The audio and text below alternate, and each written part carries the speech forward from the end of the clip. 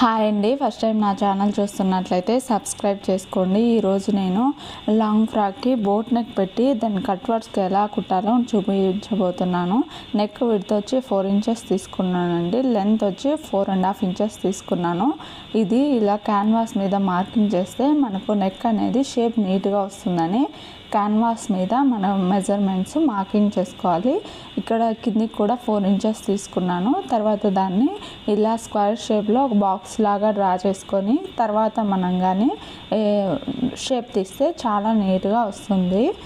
So ఇలా స్కేల్తో square shape లాగా బాక్స్ లాగా చేసుకున్నాను. ఇది ఆర్మ్ హోల్ రౌండ్ తీసుకుంటాం కదా, కర్వ్ స్కేలు, దాన్నే యూస్ చేసి నార్మల్గా ఆర్మ్ హోల్కి అయితే ఫస్ట్లో పెట్టినట్టు పెడతాము. ఇలా బోట్ నెక్ అయితే ఇలా రివర్స్ చేసి పెడతాము. అలా చేసిన తర్వాత ఈ లైన్ సరిగా కనిపించలేదని మళ్ళీ దాని మీద డ్రా చేస్తున్నానండి.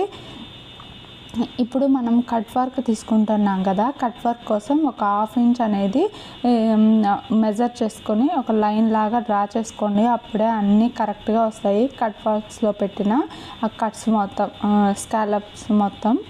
సో దాన్ని కింద 1/2 ఇంచు పైన 1/2 ఇంచు ఆ లైన్కి టచ్ అయ్యేలాగా ఆ మూత మనకి ఎంతైతే వెడల్పు కావాలో అంత టైప్లో మూత తీసుకోండి. నేనైతే వాటర్ బాటిల్ మూత తీసుకొని ఈ విధంగా మార్కింగ్ చేశాను. పైన ఒక 1/2 ఇంచ్ వరకు గ్యాప్ వదిలి తర్వాత మార్కింగ్ చేసుకోండి. ఎందుకంటే మనము స్టిచ్ చేసేటప్పుడు అవి స్టిచ్చింగ్లోకి పోతుంది కదా, అప్పుడు షేప్ అనేది నీట్గా వస్తుంది. లేకపోతే ఫుల్గా పెట్టేస్తే షేప్ అవుట్ అయిపోయినట్టు ఉంటుంది. తర్వాత ఇలా మార్కింగ్ చేసుకున్న తర్వాత ఎక్స్ట్రాగా మన క్యాన్వాస్ ఎక్స్ట్రా కొంచెం తీసుకోవాలి కదా, దాన్ని కూడా మార్కింగ్ చేసుకొని కట్ చేసేసుకున్నాను. ఇప్పుడు ఈ కట్స్ షేప్ అనేది ఈ విధంగా చిన్నగా సైడ్లు నీట్గా కొంచెం లోపలికి వచ్చేలాగా తీసుకోండి.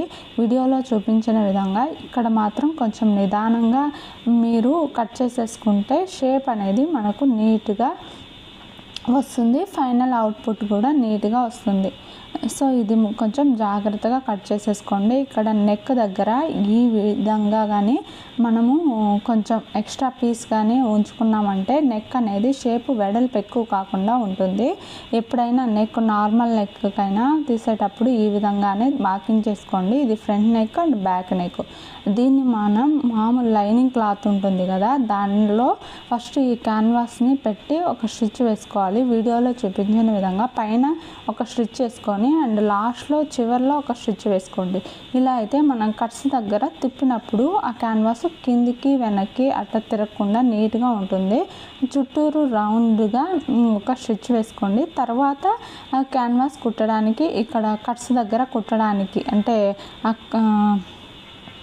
షేప్ అనేది వర్క్ షేప్ అనేది మనకు నీట్గా వస్తుంది. పైన ఎక్కువ తక్కువ రాకుండా అండ్ జరిగిపోకుండా క్యాన్వాస్ అనేది. అప్పుడు మనం ఒరిజినల్ క్లాత్ మీద కుడితే ఇంకా నీట్గా వస్తుంది. లేకపోతే జరిగిపోయి ఫినిషింగ్ అనేది నీట్గా రాదు. ఇది కావాలంటే మధ్యలో కూడా ఒక స్టిచ్ వేసేసుకోండి, సరిపోతుంది. తర్వాత ఈ వీడియోలో చూపించిన విధంగా ఒక 1/2 ఇంచ్ కానీ కొంచెం అలా గ్యాప్ ఉండేలాగా చూసుకొని చుట్టూరు రౌండ్గా ఇలా కుట్టేసేసుకోండి. ఇలా మొత్తం కుట్టేసిన తర్వాత ఇప్పుడు మనము ఒరిజినల్ క్లాత్ మీద పెట్టినప్పుడు ఎలా కుట్టుకోవాలో కూడా మీకు చూపిస్తాను. అదే విధంగా కుట్టుకున్నట్లయితే ఫైనల్ అవుట్పుట్ అనేది నీట్గా వస్తుంది. దీనికి పైపింగ్ కూడా వేసుకోవచ్చండి కావాలంటే. నేను దీనికి పైపింగ్ వేసుకోలేదు.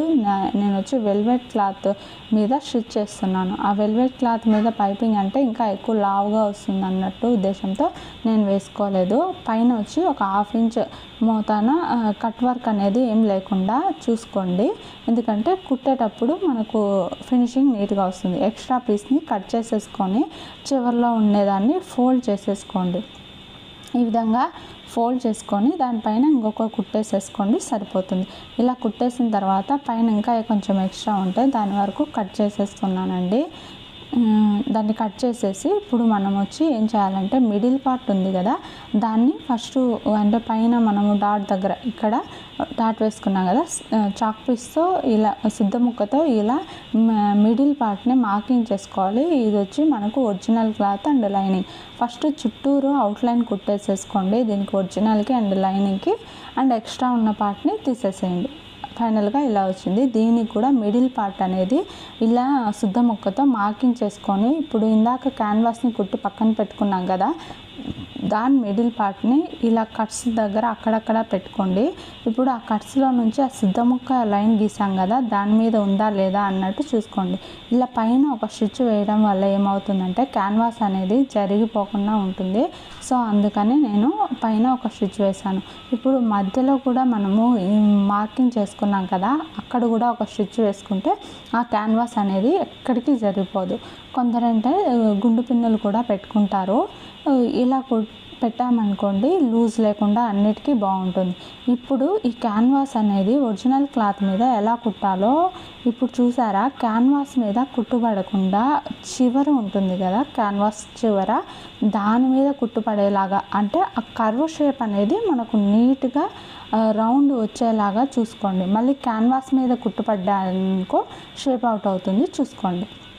ఈ చివర్లో కొంచెం లోపలికి పోనిచ్చాను, ఎందుకంటే అక్కడ కొద్దిగా లోపలికి పోతేనే మనకు షేప్ అనేది బాగా కనిపిస్తుంది. సో అందుకని ఇది మాత్రం క్యాన్వాస్ మనం కట్ వర్క్ పెట్టుకున్నాం కదా, దాన్ని మాత్రం క్యాన్వాస్ మీద కాకుండా చివర్లో క్యాన్వాస్కి ఇంకా ఈ క్లాత్కి గ్యాప్ అనేది లేకుండా కుట్టు వేసేసేయండి. ఇప్పుడు మనకు ఆఫ్ అయిపోయింది. సేమ్ మిగతా ఆఫ్ కూడా సేమ్ అదే విధంగా కుట్టు వేసుకోవాలి. కొంచెం కూడా గ్యాప్ లేకుండా కట్ చేసేసుకోకండి, అంటే మనము ఎక్స్ట్రా పీస్ అనేది ఇప్పుడు కట్ చేస్తాం కదా, ఇలా మొత్తం షేప్ అనేది నీట్గా వచ్చేలాగా, ఈ చివర్లు అనేది నీట్గా తిరిగేలాగా నిదానంగా కుట్టేసుకోండి. బిగినర్స్ అయినా ఈజీగా కుట్టేసుకోవచ్చు. ఇక్కడ రఫ్ చేసేసుకోండి. తర్వాత ఫైనల్గా అయితే ఇలా వచ్చిందండి. తర్వాత మనం ఇప్పుడు ఎక్స్ట్రా ఉన్నది కట్ చేసేసుకొని ఇప్పుడు ఉల్టా తిప్పేసుకుంటాం కదా, ఇక్కడ ఒక 1/2 ఇంచ్ అనేది గ్యాప్ వదిలేసి కట్ చేసేసుకోండి. అప్పుడే మనకు పీసులు అనేవి ఊడిపోకుండా క్లాత్ అనేది బయటికి రాకుండా ఉంటుంది క్యాన్వాస్కి అండ్ దానికి. మళ్ళీ ఇక్కడ కట్స్ దగ్గర లోపల తిరగాలి కదా, సో అందుకని ఇలా డాట్స్ లాగా ఇస్తున్నాను అప్పుడు. అండ్ మళ్ళీ చిన్నగా కట్ ఇచ్చేసుకోండి. అలా కట్ ఇచ్చామనుకోండి ఈజీగా ఆ షేప్ అనేది తిరుగుతుంది మనకు.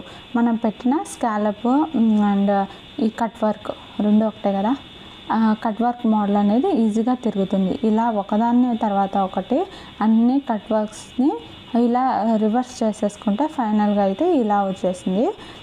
దీనికి డాట్స్ కూడా వేసేసుకున్నాను. ఇలా ఇది లాంగ్ ఫ్రాక్ అండి. లాంగ్ ఫ్రాక్ వీడియో త్వరలో అప్లోడ్ చేస్తాను. ఇది ఒక్కొక్క పాయింట్ చెప్తే మీకు ఈజీగా అర్థమవుతుందని ఇప్పుడు నెక్ వరకు ఎలా కుట్టానో చూపించాను. ఇంకా మిగతా వీడియోలో ఫుల్ ఫ్రాక్ ఎలా కుట్టానో అన్నీ అనేవి వస్తాయి. ఈ పైన ఇంకొక స్టిచ్ వేసుకోండి, లేకపోతే ఐరన్ చేసుకోండి. స్టిచ్ వేసుకుంటే ఇంకా నీట్గా ఆ షేప్ అనేది బాగా ఎలిగెంట్గా కనిపిస్తుంది. సో అందుకని నేను దానిపైన ఒక స్టిచ్ వేసుకున్నాను. ఈ వీడియో కానీ మీకు నచ్చినట్లయితే తప్పకుండా లైక్ చేయండి.